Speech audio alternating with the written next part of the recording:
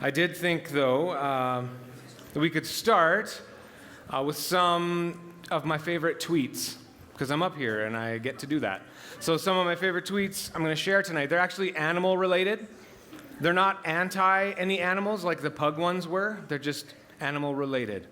So we'll try to enjoy these together, and I'm going to see if I can get through them without cracking up too much. I'm going to actually just read them. I'm not going to put them on the screen because I don't want you to read them faster than I can say them, because if I can't get through one of them because I think it's really funny, I don't want you to laugh before and ruin the whole timing of it. So I'm just going to read them. First one. If you are in a pet store and you see the cutest little baby koala, just remember they grow up and you are in an illegal pet store. Okay? That's good. This one's a little bit of a weird angle one, but get ready for it. Think about how different life would be if there were flying wolves. One difference I can think of is that wolves might fly out of the sky and bite you. Okay. Yep. Don't worry. That's one of my favorites of all time. Lots of you are like, what? The guy who named a group of crows a murder should be in charge of naming more things. I like that one. Just a couple more. Sometimes I won't be thinking about cobras. And then I'm like, oh yeah, cobras. Yeah, I like that a lot. Last one, I had trouble getting through this one this morning. The fact that earthworms are called earthworms suggests the existence of sea worms, and more distressingly, air and fireworms. Okay. That's all I got. If you want to email me, I can send these to you. I go back and read them all the time just when I need a good laugh. So we do, though, have to get into our recap of Moses. Because we're not just a church about funny tweets that makes the world better by laughing a lot more. That would be awesome. But today we gather around these tweets. But more importantly, we gather around the stories of God and his people, specifically Moses right now. And we look for where we see God acting and moving. And we try to use that to help us pay closer attention to how God might be acting and moving among us right now. So let's do a quick recap of Moses so far. The first week, Jeremy shared, we learned about Moses and his people crying out to God. We learned that not only is God aware of our struggles, but he's somehow also actively engaged with our story, working in the midst of our struggle and acting to bring us through them to be who he wants us to be. In week 2, we saw how Moses notices things. He notices the injustices around him. Also, we saw that Moses is impulsive.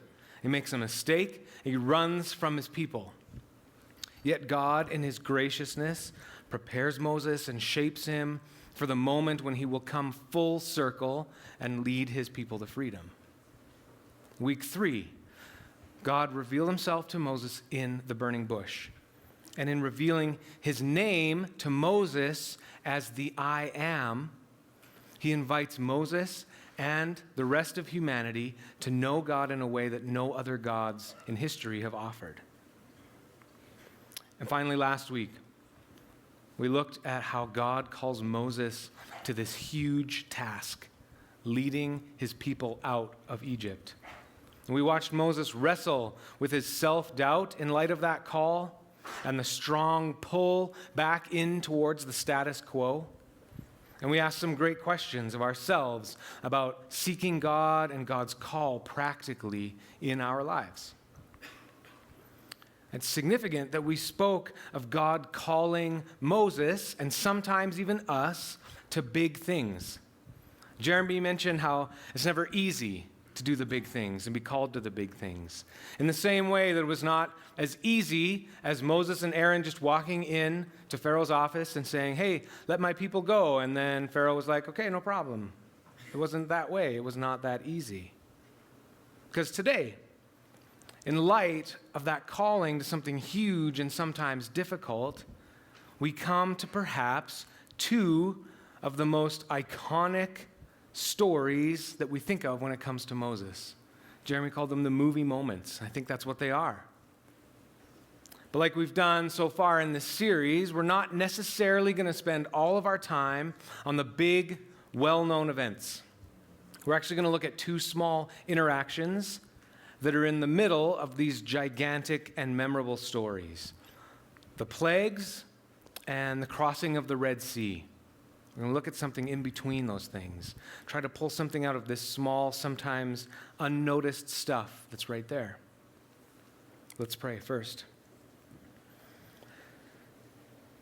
God, as we spend some time tonight, wondering what it means to notice you and to follow you and to live in a tension between waiting for you and acting.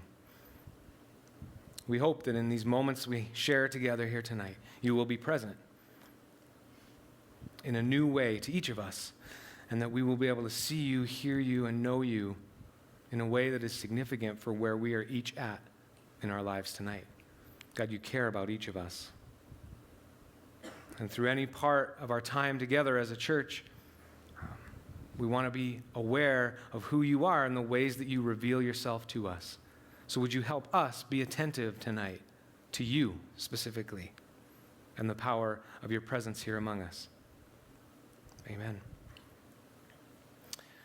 So when we were planning out this series as a teaching team, it's an 8-week Moses series, and I was really excited because I got the crossing of the Red Sea. I was like, oh, sweet, everybody knows this one. It'll be fun. It'll be easy.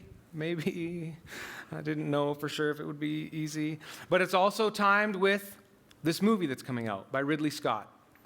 Ridley Scott is doing a movie on Moses' life, Exodus, Gods and Kings. It's coming out sometime.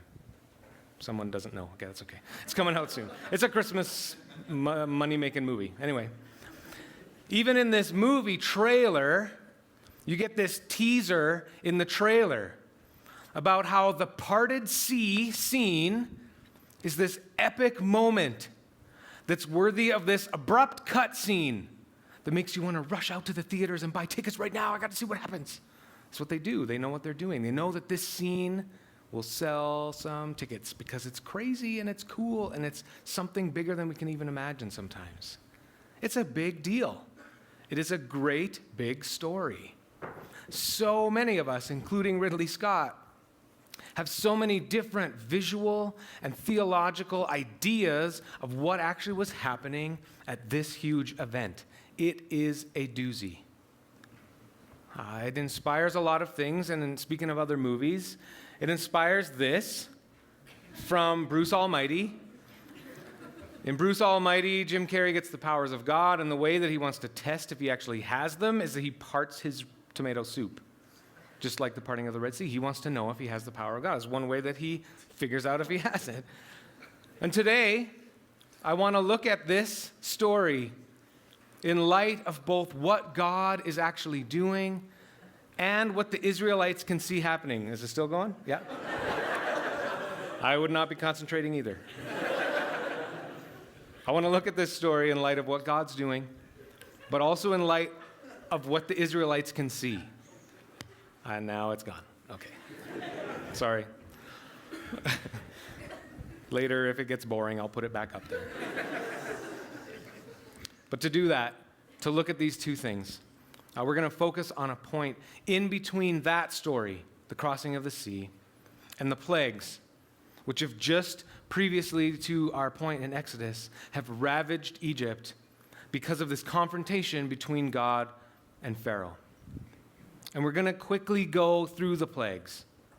We're not glossing over them to avoid them, because let's be honest, if you've read them, there's some real and difficult questions that can come out of just a straight reading of that narrative. But we've stated since this series started that there's some pretty major events that a lot of us have heard a lot about. But we're also sort of finding this fun groove of noticing things that aren't the big standout things in Moses' story and spending more time on those. And today is no exception. Hopefully, though, you will see that we are a church and a staff of pastors that we don't want to shy away from a space to wrestle with difficult questions of God. So before we kind of push past and push through the plagues in Exodus, I invite you just to follow up with any of us on staff during the week for any of those conversations about the hard stuff.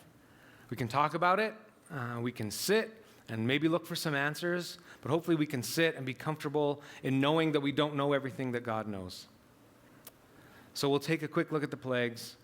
We'll tell the story of the crossing of the Red Sea, but we'll end up talking about this conversation in between those huge, memorable events. In the story of the plagues, Moses had warned Pharaoh that there will be plagues in Egypt and that God will show his power unless Pharaoh lets the Israelites go free. But of course, Pharaoh doesn't give in. The plagues in Egypt take place in chapters 7 through 12 of Exodus. It's a big chunk. It's this back and forth between Pharaoh and God and his messenger Moses. And so quickly, I wanted to ask, why is this story here? What is the writer doing by telling us this story of the plagues? There's a couple possible explanations that I'll just share really briefly, very briefly. I'm not doing them justice. One, some theologians believe that this story is here of the plagues because it is a way that God shows his power over Egyptian gods at the time. The Egyptian gods each had significant and specific powers, and they believe that this story of the plagues shows that God says, no, I'm in control of all these things. You think this God is this, but I'm in control of all that stuff.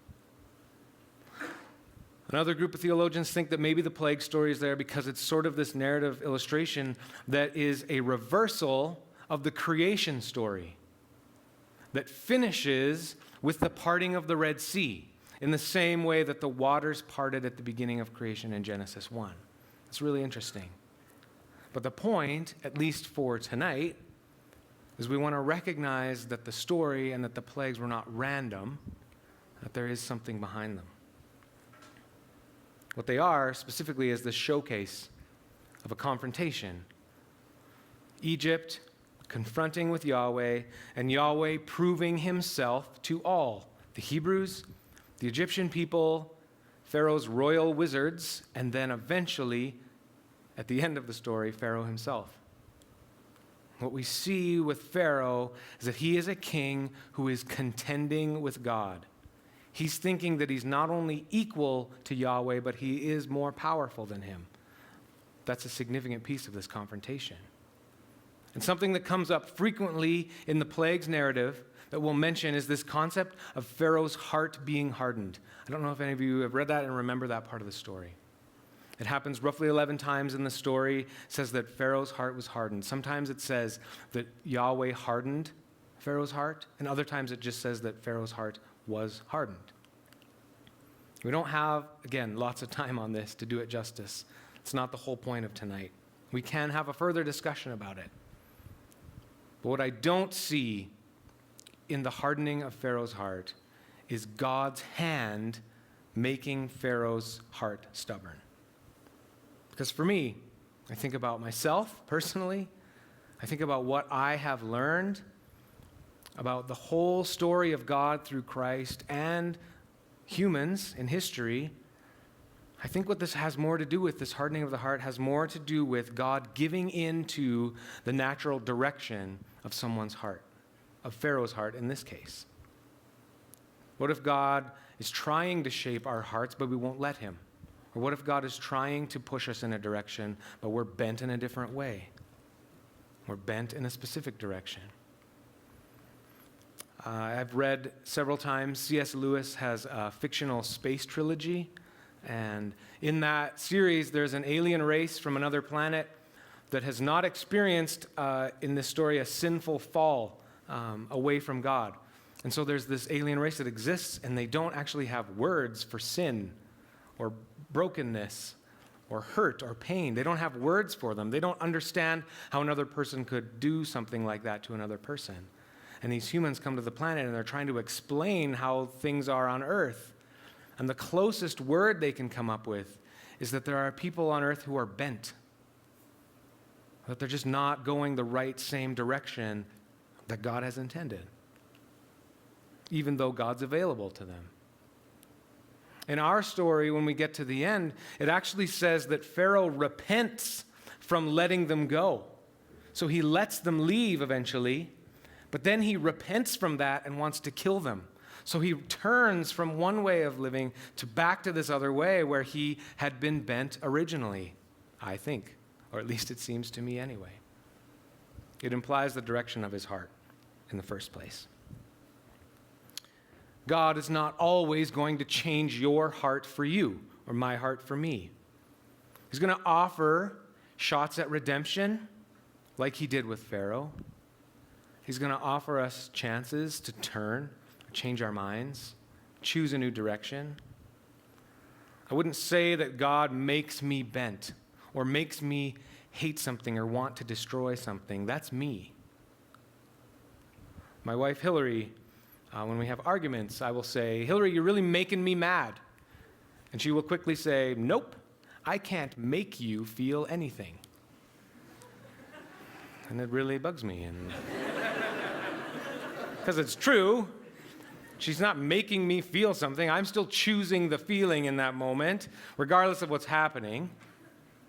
So first, she's really good at ending arguments that are directed at her, which is not fair. But also, she has a good point.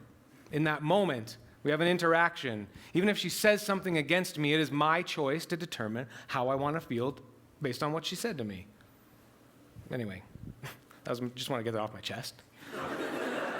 But it makes a point, I think, in this context. God at times can let me or give me chances to see things in a different way, in his way, in a more whole way. But it's still my choice to choose that. So, because last week we talked about how Moses and Aaron, they backed down on their initial request of Pharaoh. Pharaoh relented from his hardened heart and his bent heart, and he let them go. But what he thought was that he was only letting them go for a 3-day religious celebration in the wilderness. So then, when they didn't come back after 3 days, Pharaoh is ticked. And we see this realization, and this is the point where Pharaoh repents back. And he says, "What have I done? Let's get them." And he pursues them with the intent to kill them. And their pursuit of Israel leads to this conversation that I want to look at, that is in between these two stories, the plagues and the crossing of the Red Sea. So let's read together chapter 14, verses 10 through 15. I'll read this out. As Pharaoh approached, the Israelites looked up, and there were the Egyptians marching after them. They were terrified, and they cried out to the Lord. Moses answered the people, "Do not be afraid. Stand firm, and you will see the deliverance the Lord will bring you today. The Egyptians that you see today, you will never see again. The Lord will fight for you. You need only to be still." Then the Lord said to Moses, "Why are you crying out to me? Tell the Israelites to move on." Okay. This morning, a couple people chuckled because they kind of noticed what I noticed when I first read this. There's these two interactions, taking up a few short verses in between these massive stories where I want to spend the rest of our time tonight. Why does this stand out to me? Because of the tension that it creates right off the bat.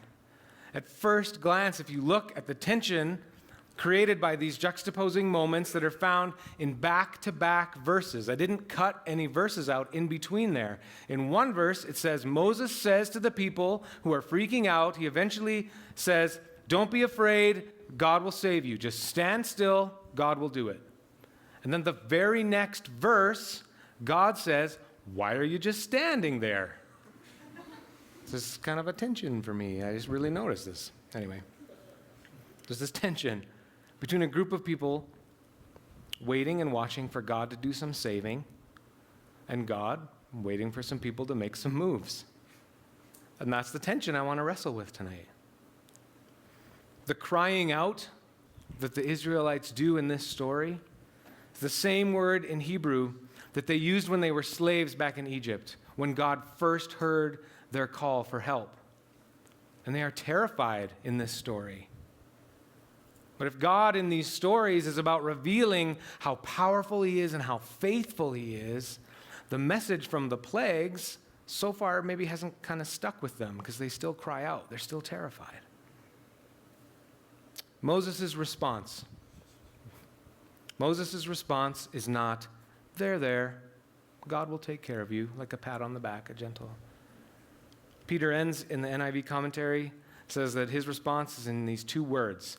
And maybe the easiest way for us to understand these two words is that they are shut and up.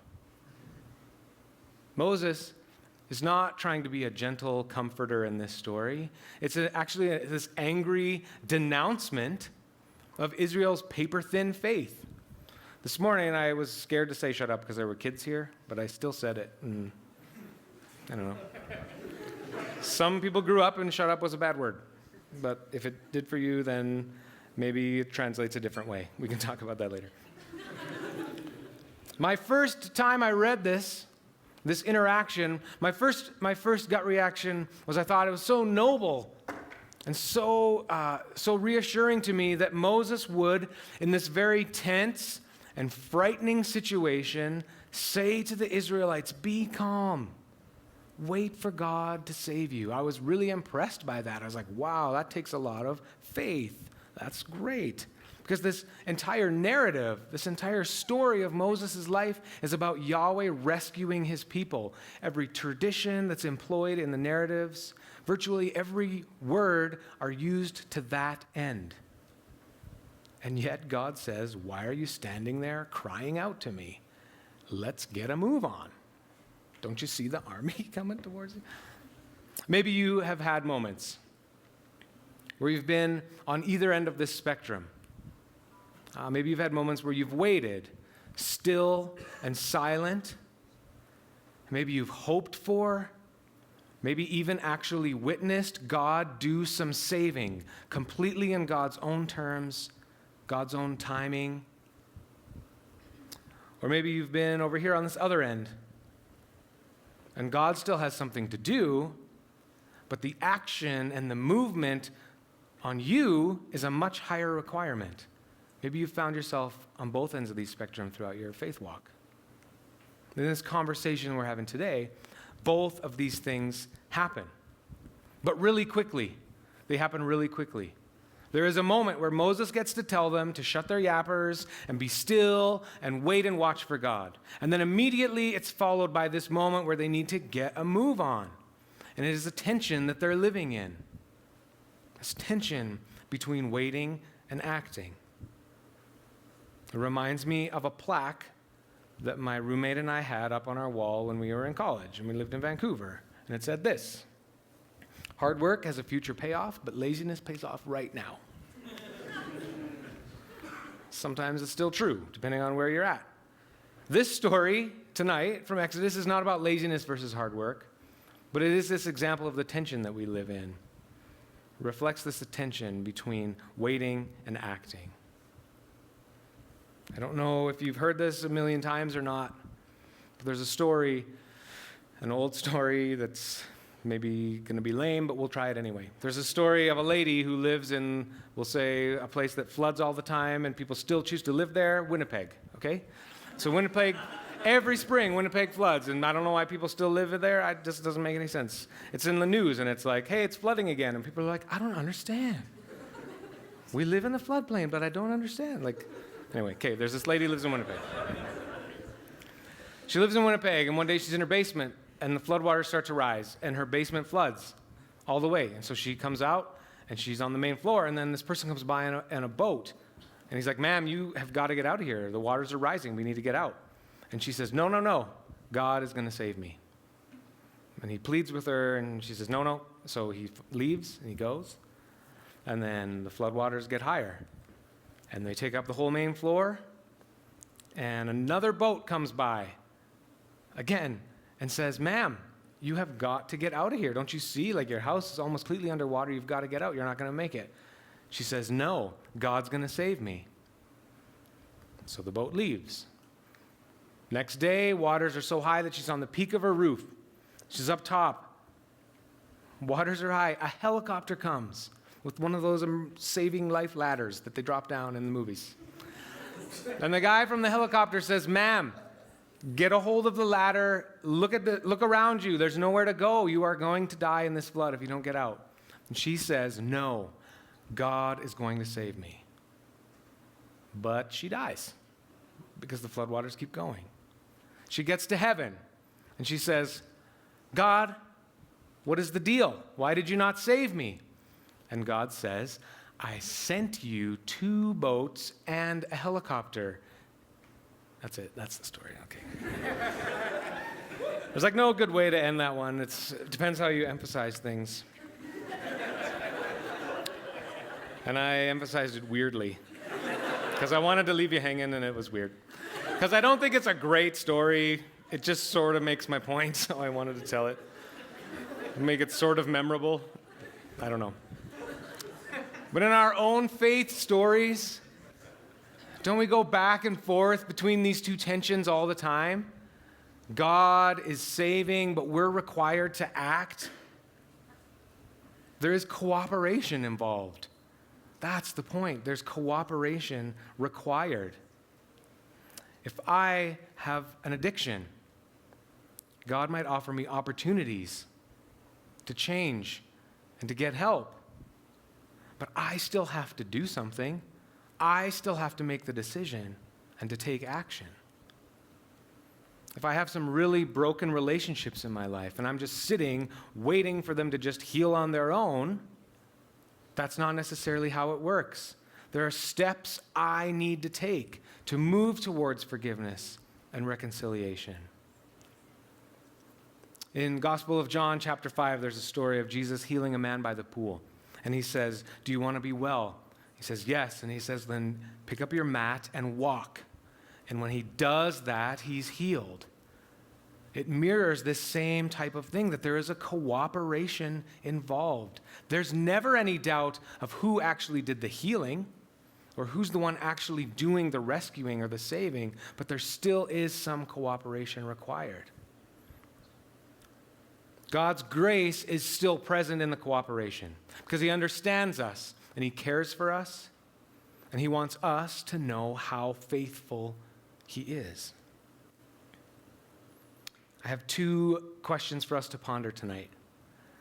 And I'm going to do, again, Jeremy made fun of me because I want to do the same thing I did last time, where I want to just take some space where we're all here, have some quiet, prayerful reflection together. And Jeremy's like, "Okay, is that going to be like your thing?" And I was like, "Okay." I just feel like if we're all here in the same space together, we might as well take advantage of it. Let's sit in God's presence in this room and each other's presence, take advantage of asking God to be with us. I want to not have us leave here together without asking God to speak to us collectively. This question, I named it the cooperational saving spectrum. It's kind of a weird name, but I think you'll follow me. The question is, where do you find yourself right now on this cooperational saving spectrum of waiting for God to act on your behalf or needing to make some moves for yourself? Are you waiting for God, or is maybe God waiting for you? Is there something that you're wrestling with? Do you need to be still and wait and watch for God to do something specific? Because that is what he wants to do. Or maybe you're waiting for God to do something, but God's already said, "Why are you just standing there?" I want us to take a minute together and ask God individually to reveal himself in light of your circumstances, to ask God if you're being called to stop and rest in his peace, or if you're being called to make a move already and just quit waiting around. We want to pray together and take a minute, ask where we are on this spectrum. If you would, let's pray. God, in these next moments that we'll give to you in silence, would you show us where to wait, listen, and watch for you? Show us where to act.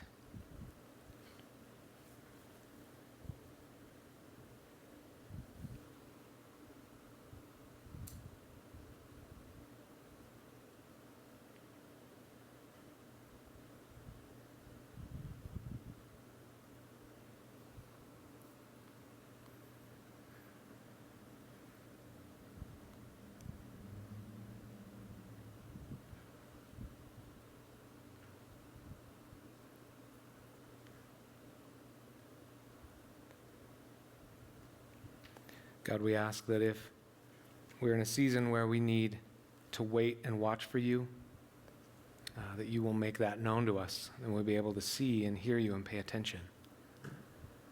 Also, God, if we're in a season where you have told us to get a move on and take some steps, would you just tell us again? Reaffirm that in us. Give us the encouragement to do that. God, would you help me to understand that following you is not something that is static, that it won't be the same in each and every situation.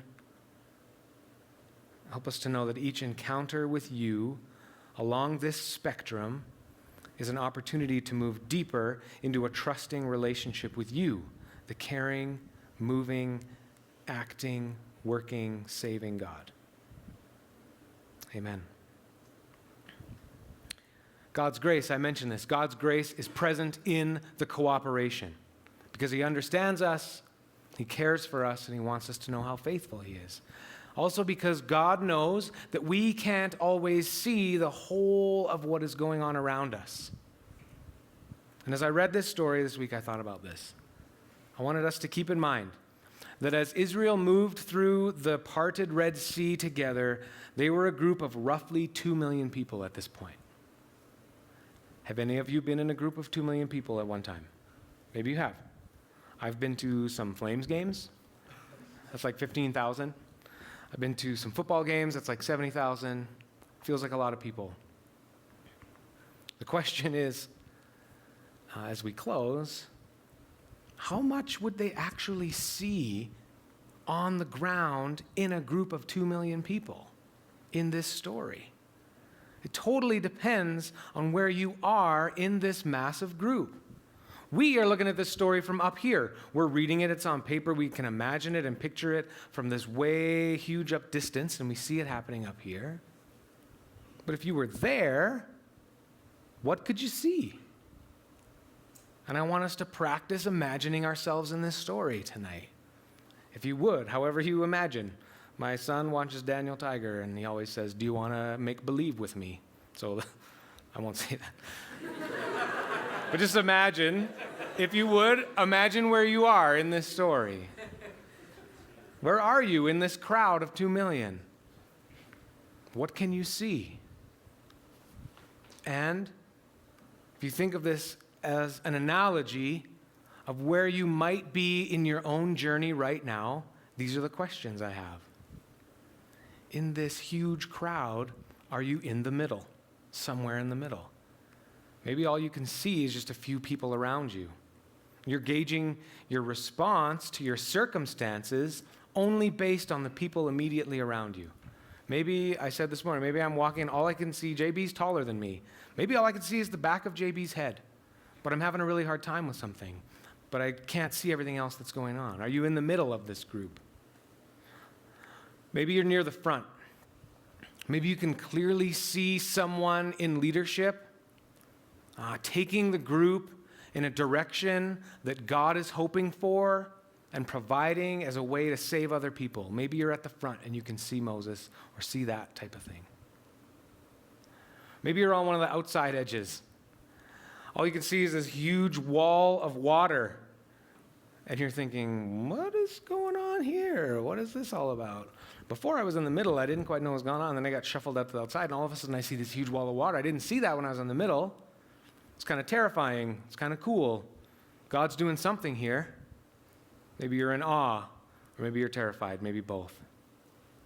Or maybe you're at the back of the 2 million plus people, and all you can see is Pharaoh's army coming straight at you with the intent of hurting you, killing you, fill in the blank. It's this seemingly unbeatable force bearing down on you, wanting to destroy you. It's terrifying. And you can't see the leader in the front, so you can't trust exactly the direction you're going. Or you've lost sight of the wall of water on the side, and so you don't actually know or trust or believe that maybe God is doing something out here. But remember, regardless of where you find yourself in this crowd, that the story, the big story, stays the same. God is the one doing the saving. Sometimes we have to get up and move. It's never a question of who's actually doing the saving or who's actually performing the miracle. But for me, that is the catch. As I read this story, the miracle for me is not as much in the parting of the sea and the wall of water. For me, at least, despite our, as human beings, being broken and our defaults to doubt God or to run from Him or to hide from Him or to curse Him or to look for easy ways out from His hopes and His best, the miracle for me is in God's loving pursuit and provision for us despite all of that. That's the miracle I see. Just have a few takeaways as we close. This story, this huge epic narrative of the crossing of the Red Sea, is not intended to kind of create in us this desire that every time something hard comes up in our lives, that we get to say, oh man, this is so hard, it's like my own personal exodus. That is not the intention of this story. Or even that when I need some help from God, genuinely, or something to go my way in life, it doesn't necessarily mean that it has to be on this huge epic scale of moving 2 million people through walls of water away from an unrelenting army. The point for me that I tried to make in imagining ourselves in this group of 2 million people is that there are things going on all of the time for all of us as humans that are so big and on such a grand scale of the work that God is doing in saving and redeeming the whole world that sometimes we can't even see what's happening. The stuff I see immediately in front of me makes me lose sight of the bigger picture of everything that God is actually doing in the midst of that. Regardless of how painful or joyful things might even be, sometimes we lose sight of the hugeness of what God is doing. And we'll end tonight, as we always would do. Love God, love others, and tell God's story well.